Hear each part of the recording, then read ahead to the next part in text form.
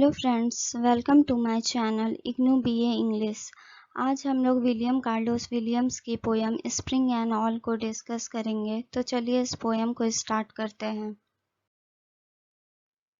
Bye the road to the contagious hospital, under the surge of the blue, mottled clouds driven from the northeast, a cloud wind beyond the waste of broad, muddy fields brown with dried weeds standing and fallen।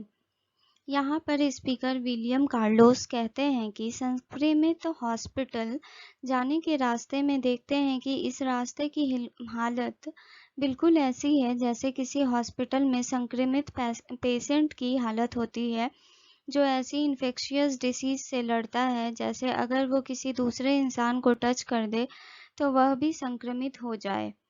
William Carlos पेशे से doctor भी थे और इसलिए वो कहते हैं कि पेशेंट जो कंटेजियस डिजीज से बीमार है वो और उनकी फैमिली उस रास्ते से हॉस्पिटल जाने को मजबूर है जिस रास्ते में विचित्र तरह से बादल घिरे हैं और अचानक से आसमान के ईशान कोण से ठंडी हवा बहनी शुरू हो जाती है, जो अपने साथ भारी मात्रा में तबाही लाती है। जैसे रास्ते में कीचड़, बेकार चीजें, कुछ सूखे पेड़ पौधे कुछ रास्ते के बीच खड़े हैं, कुछ गिरे पड़े, हर तरफ मातम पसरा हुआ है उस रास्ते पर। Now the second stanza. Patches of standing water, the scattering of tall trees. बहुत ज़्यादा बारिश के बाद चारों तरफ पानी फैला हुआ है और पानी स्थिर स्थिति में है और लंबे लंबे पेड़ बिखरे पड़े हैं। यहाँ पर पोएट कहते हैं कि किस तरह मौसम भी मौत का तांडव दिखाते हैं। यहाँ ओपनिंग लाइंस में हमें कोई भी कलरिंग इमेज नहीं नज़र आया। यहाँ पोएट अनकंफर्टेबल इन्वायरमेंट का सीन क्रिएट करते हैं। Now the third stanza. All along the road, the reddish, purplish, fogged, unstanding, tweedy stuff of bushes and small trees with dead brown leaves, under them leafless vines। यहाँ पर रास्ते में बहुत सी झाड़ियाँ हैं, कुछ के रंग लाल, बैगनी और कुछ नोक वाले पेड़ जैसे कैक्टस होते हैं, कुछ टहनियों से भरे पड़े, कुछ झाड़ियों की बेकार सी चीजें फंसी हुई और छोटे छोटे पेड़। सारे पेड़ के पत्ते सूखे पड़े हैं, किसी पेड़ में जान नहीं है।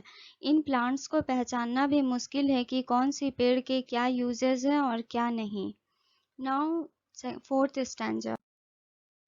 Lifeless is in appearance, sluggish, dazed, spring approaches। ये यहाँ इस लाइन में आप पोयम के मूड को समझ जाएंगे, क्योंकि यहाँ पर जमीन जो बिल्कुल बेजान पड़ी है, सुस्त है, तभी इस लाइन में एक होप है, डेज्ड स्प्रिंग अप्रोचेस। यहाँ स्पीकर कहते हैं जैसे आसमान से काले घने बादल और उसकी तेज हवाओं ने तूफान मचा दिया, इतनी जल्दी पूरे नेचुरल एनवायरनमेंट को बर्बाद कर दिया, उतनी जल्दी तो ये स्प्रिंग सीजन सब नॉर्मल नहीं कर सकता, पर धीरे धीरे वो रास्ता बनाएगा और पूरी तरह हरियाली ठीक कर देगा। Now fifth stanza. They enter the new world naked, cold, uncertain of all, save that they enter all about them the cold familiar wind।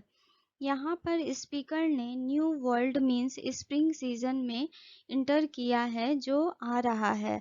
फिर से उस कंटेजियस हॉस्पिटल के रास्ते में हरे भरे पेड़ उग रहे हैं। अब ये इन्वायरमेंट रिकवर हो रही है और बर्बादी के बाद, पर अब इन सबको सेव करना है ठंडे से, तेज हवाओं और तूफानों से। Now go through the sixth stanza. Now the grass, tomorrow the stiff curl of wild carrot leaf, one by one objects are defined, it quickens clarity outline of leaf। इस पैरा में पोएट कहते हैं कल इस दुनिया में क्या होगा किसी को नहीं पता, कोई भी चीज हमेशा के लिए एक जैसी नहीं रहती। आज जो छोटी छोटी घास है कल को एक कठोर झाड़िया में बदल जाएगी। स्प्रिंग सीजन में एक एक ऑब्जेक्ट पेड़ पौधों में जान आ जाएगी। Now the last seventh stanza. But now the stark dignity of entrance still, the profound change has come upon them, rooted they grieve down and begin to awaken.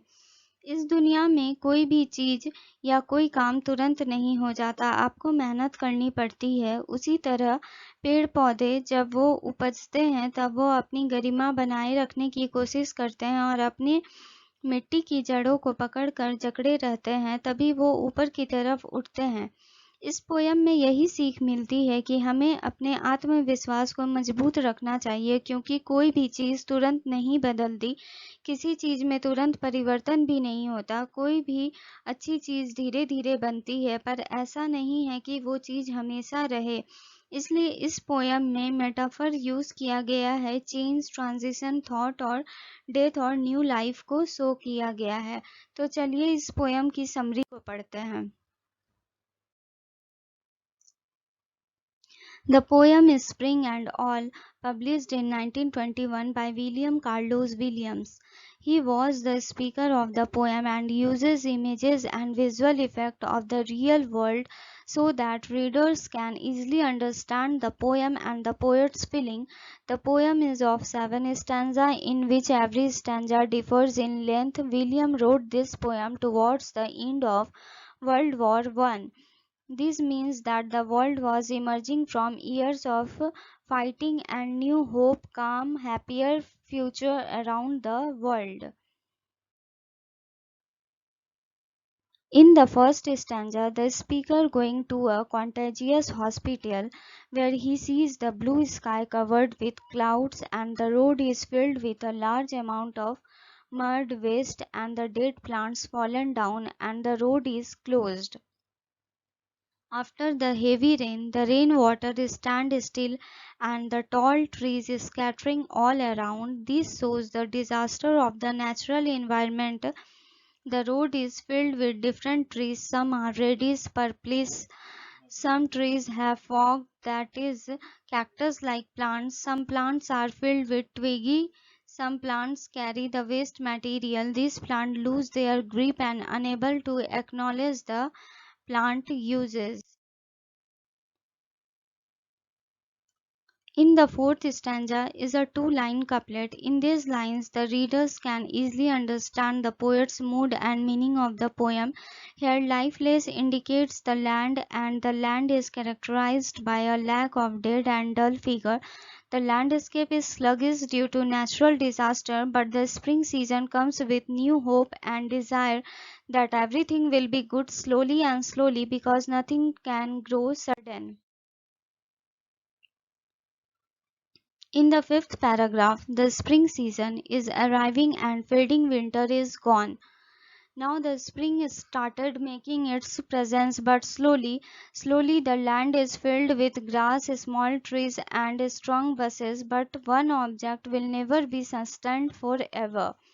Everything destroys and then make. It is a part of life. In the last stanza, plants grow with tough grip by their roots and slowly beginning to awake. So in the poem we learn everything will happen, but you need to take some time to achieve the goal. All the work will not be done suddenly. The poem is a metaphor for change and the origin of thought and moments. So the poem ends. I hope you all like the poem. So please like, share and subscribe my channel. Thank you.